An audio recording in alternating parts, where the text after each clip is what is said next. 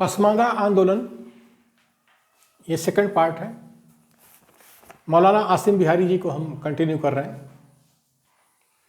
At the young age of 16 he started his career in the Usha company in Kolkata. Usha company इन कोलकाता। 16 वर्ष की आयु में कोलकाता में उषा कंपनी में रोजी रोटी के लिए काम करने लगे।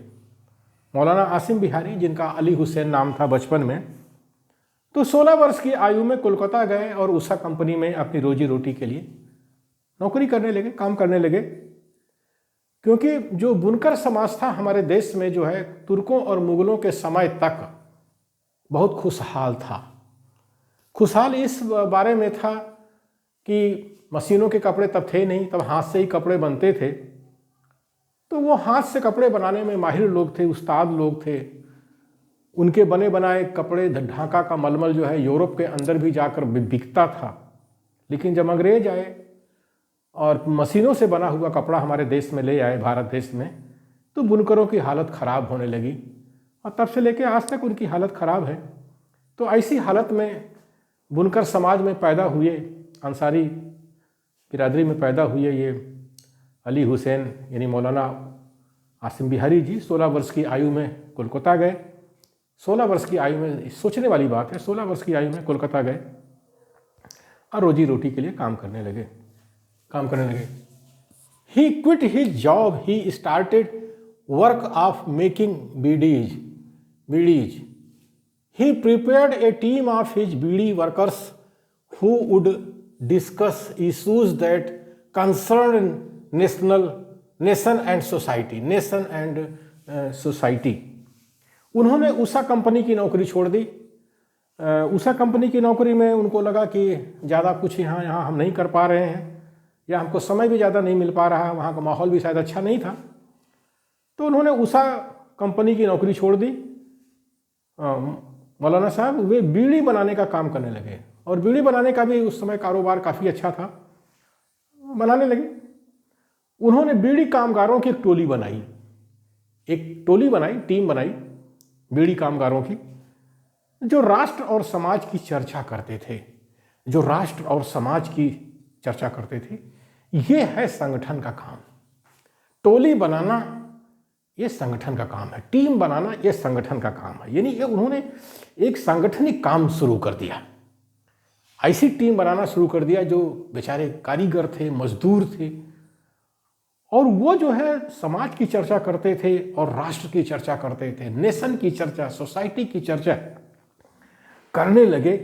तो ऐसी ही टीम जो है बनती है, ऐसी टोली बनती है, और यही संगठन है, और यही राजनीतिक जो जागरूकता है, सामाजिक, सांस्कृतिक, धार्मिक, राजनीतिक जागरूकता, इसी को कहते हैं। और ऐसे ही संगठन बनता है। तो ये काम जो है उन्होंने करना शुरू कर दिया कोलकाता में।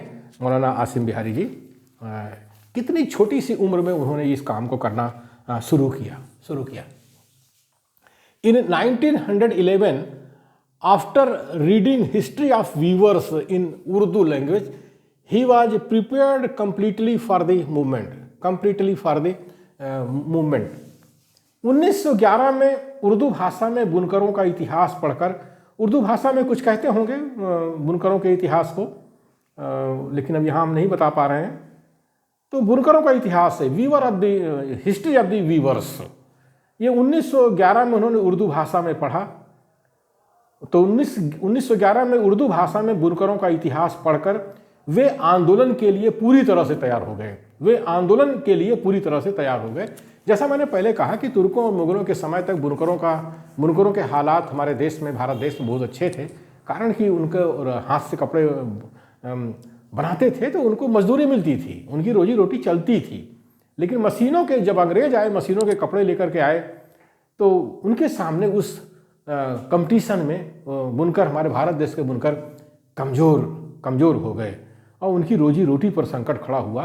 तो इसीलिए जो है बुनकरों का इतिहास जब उर्दू भाषा में पढ़ा उन्होंने 1911 में, तो उनको लगा कि हमें अपने समाज को संगठित करना चाहिए, आंदोलन करना चाहिए और इसमें सुधार होना चाहिए। यानी शिक्षा का प्रचार प्रसार होना चाहिए, तभी जा करके ये मशीनों को समझ पाएंगे, मशीनों से ये भी कपड़े बनाएंगे और प्रतियोगिता में फिर ठहर पाएंगे। ये थी उनकी सोच। और 1911 में ये सोचने वाली बात है कि उनकी उम्र 21 वर्ष की थी और यही 21 वर्ष की अवस्था में 1848 में ज्योतिराव फूले ने भी शिक्षित बनो का नारा दिया था, यानी समाज को संगठित करने का काम किया था। तो अगर मौलाना आसिम बिहारी को हम पसमानदा समाज का जो है ज्योतिराव फूले कहते हैं तो सही है, बिल्कुल सही है।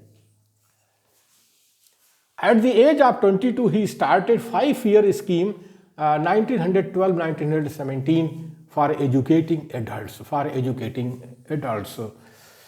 22 वर्ष की उम्र में उन्होंने पंचवर्षीय योजना 1912-1917 शुरू किया। ये प्रौढ़ शिक्षा के लिए शुरू किया, यानी 22 वर्ष की उम्र में उन्होंने पंचवर्षीय योजना 1912-1917 प्रौढ़ शिक्षा के लिए शुरू किया। अब देखिए, उस समय शिक्षा का इतना अभाव था, लोगों में शिक्षा नहीं था, वो मजदूर गैर पढ़े लिखे थे, वो समाज का काम कैसे कर सकते थे। तो उन्होंने प्रौढ़ शिक्षा शुरू किया। प्रौढ़ शिक्षा मतलब कि इनको कुछ तो लिखना पढ़ना आना चाहिए, तभी ये कोई साहित्य पढ़ पाएंगे, कोई पर्चा पढ़ पाएंगे, कुछ लिख पाएंगे। कितनी बड़ी सोच थी हमारे मौलाना आसिम बिहारी जी की।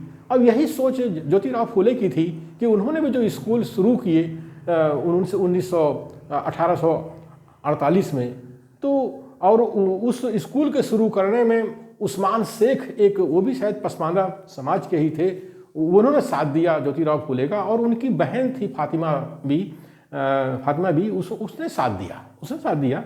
तो इनको भी पसमानदा आंदोलन में याद करना चाहिए, उस्मान शेख को भी और फातिमा बी को भी याद करना चाहिए।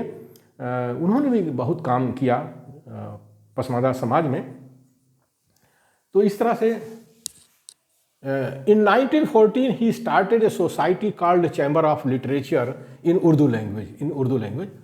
1914 में 24 वर्ष की आयु में 1914 में 24 वर्ष की आयु में उर्दू भाषा में साहित्य परिषद की शुरुआत की। साहित्य परिषद मतलब चैम्बर ऑफ लिटरेचर, अब उर्दू में कहते होंगे कुछ इसको, लेकिन इंग्लिश में यही है, चैम्बर ऑफ लिटरेचर, यानी साहित्य परिषद की शुरुआत की। अब देखिए, जब आंदोलन शुरू होता है तो साहित्य की बड़ी बड़ी भूमिका होती है।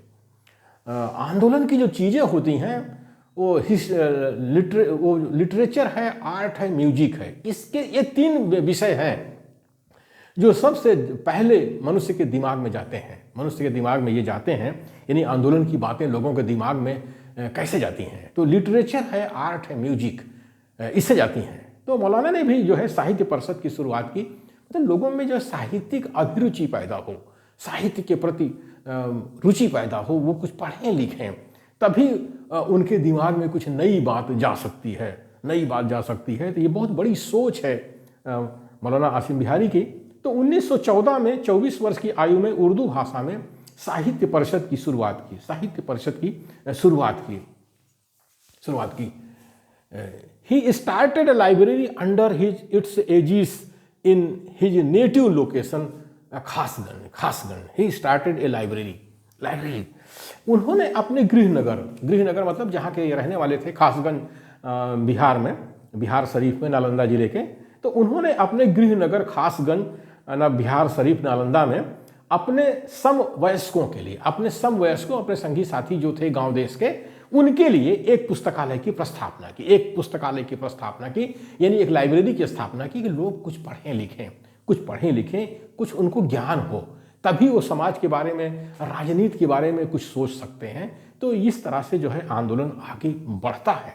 तो कितनी बड़ी सोच थी मौलाना आसिम बिहारी की पसमानदा समाज में, और पसमानदा समाज को जागरूक करने के लिए, पसमानदा समाज को राजनीति में लाने के लिए, सामाजिक कार्य करने के लिए कितनी उनके अंदर कितना बड़ा विजन था कि एक पुस्तकालय की स्थापना की। और बिना पुस्तकालय के, बिना पुस्तक के, बिना साहित्य के ये सब काम हो नहीं सकता है।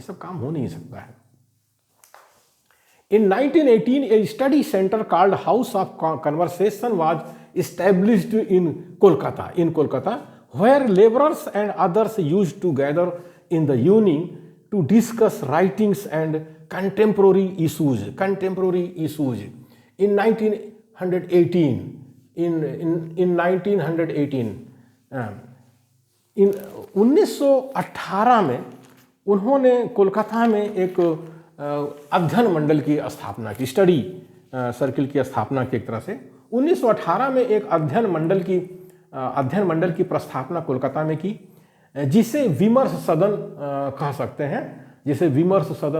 सकते हैं, यानी हाउस ऑफ कन्वर्सेशन। अब उर्दू में कुछ और कहेंगे इसको, लेकिन विमर्श सदन हिंदी में कह सकते हैं, इंग्लिश में हाउस ऑफ कन्वर्सेशन।